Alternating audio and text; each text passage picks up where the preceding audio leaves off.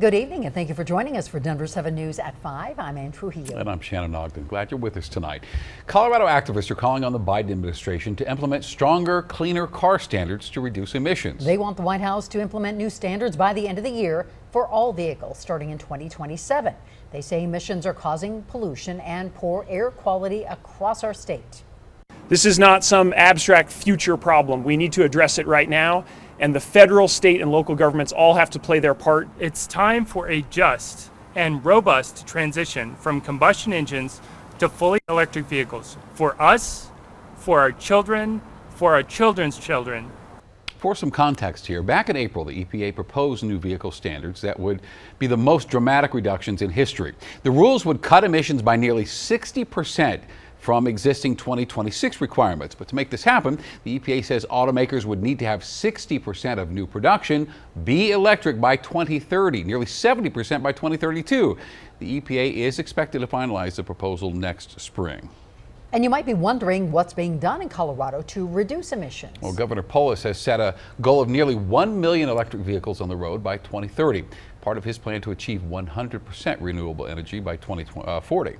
And the group Drive Electric Colorado reports there are more than 3,300 charging ports in our state, and close to 2,000 charging stations are here in the metro. Well, Denver 7's Colette Bordelon live from a charging station in Wheat Ridge. And Colette, a lot of drivers are hesitant to make this switch from gas to electric.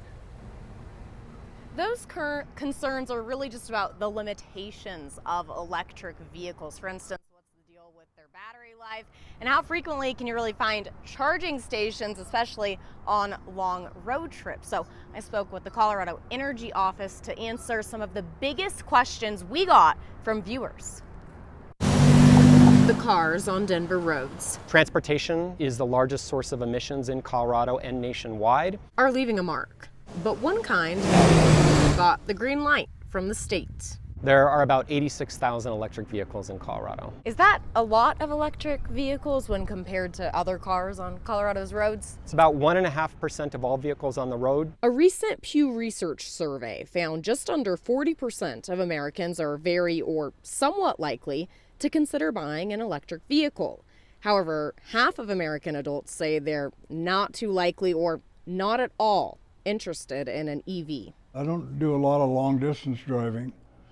But if I were somebody, like my one son drives around the Western Slope all the time, I can't imagine how often he'd be stopping to try and find a charge station. We took Curtis Kuhl's questions about electric vehicles to Christian Willis, who works with the Colorado Energy Office. There's an increasing number of high-speed charging stations along our interstates and corridors, with many thousands more coming over the next decades. What about the cost of replacing a battery in an electric vehicle? There's not a lot of data on that because it doesn't really happen a lot. And actually, electric vehicles come with a very comprehensive warranty for batteries, 100,000 miles or 10 years. I would be concerned about the maintenance. Because electric vehicles have very few moving parts, there's little to no maintenance. So you end up saving an awful lot on the operational costs of running your electric vehicle.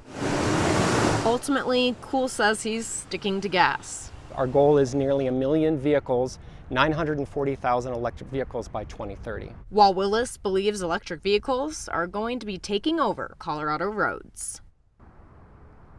Another one of the big questions we got is what kind of electricity is actually powering these electric vehicles. The state says increasingly it's things like wind and solar.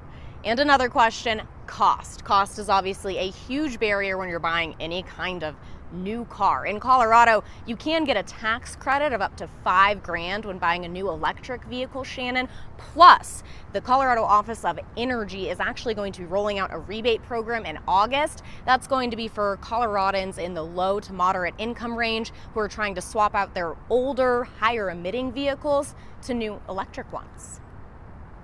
Stuff, Colette, a lot to think about. Colette Bordelon tonight, thanks. And one other question you may have is if the energy grid is ready to handle electric vehicles. So we, of course, reached out to Xcel, and they are telling us the grid is able to handle energy use from different sources, which includes electric vehicles. Xcel also says they are working on a plan for additional energy use, and we'll share it with the Colorado Public Utilities Commission in August. So let's take a closer look at how much it costs to charge an electric vehicle. According to Kelley Blue Book, an electric vehicle gets about 3 to 4 miles per kilowatt hour. The cost of per kilowatt hour, it's about 16 cents at the average home. So if you drove 1,100 miles a month, you'd use 375 kilowatt hours, about $60 per month to charge your car at home.